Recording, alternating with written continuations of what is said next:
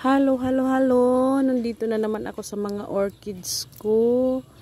Dahil sa pinutol ko ito kasi ang haba-haba. Ayan, may suhi na siyang umuusbong yan, oh. Yan. May suhi na siya. Hindi ko alam kung ilan pang suhi darating dyan. At uusbong. Tapos yung isa din, pinutol ko. Binigay ko sa kapitbahay ko. Ayan, may suhi na din siya. Yan, oh. Yan. Tapos, ito ding isa. Pinutol ko din ito, yan, oh. Kasi ang tangkad-tangkad niya. Yan, may suhi na din siya, oh. Yan.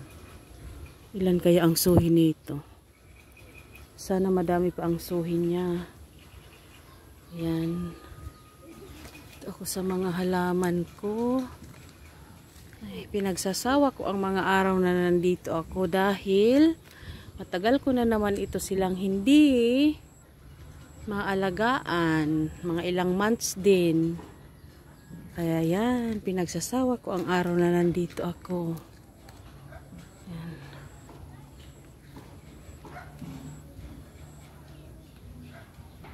Ito pa, pinutol ko din ito, oh. Yan ang pinutol ko. Kasi matangkad siya. Kaya yan, oh, may suhi na siya. Yan. Yan, oh, may suhi na. Ito din, pinutol ko din siya yan. Kasi matangkad na. Tapos nakikita ko, saglit ha, parang may suhi na rin siya. Yan, oh. Yan, suhi. Suhi na yan. At saka ito, oh. Yan, suhi yan. Kasi ang tangkad niya na, kaya pinuputol ko. Binigay ko sa kapitbahay ko ang pinutol. Ito nga din gusto kong putulin kasi ang tangkad na, oh. Tangkad niya. Pinuputol ko. Pag pinuputol ko, binibigay ko sa kapitbahay. Para magkaroon din sila.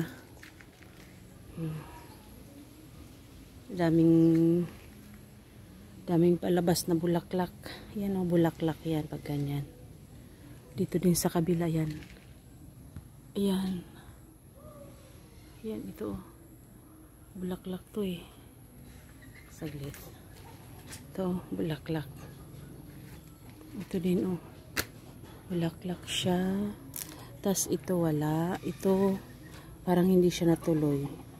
Dinapuan ata to ng manok. Aray ko, dami ng lamok pag ganitong hapon na. Ito may bulaklak palabas siya. Yan. Ito din meron yan, oh. Bulaklak yan. Ito din meron. Bulaklak din yan. Tapos ito mga bago. Ito mga bago ko ito. Mga 4 months pa lang ito dito sa akin ito. Tapos ito mga bigay ng yanan ko. Yan. Tsaka ito.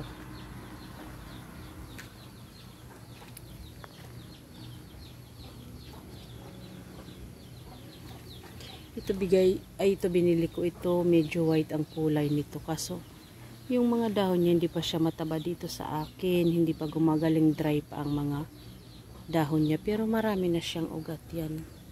Marami na siyang mga ugat. Ito matagal na to sa akin. Yan.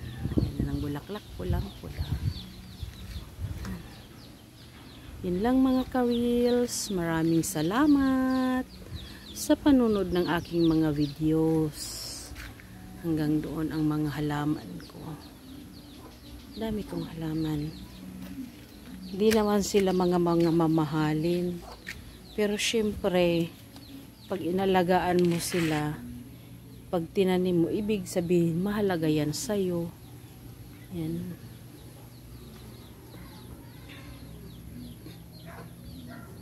Ito mga naputol, kailangan na itong ipalipat. Yan. Bye!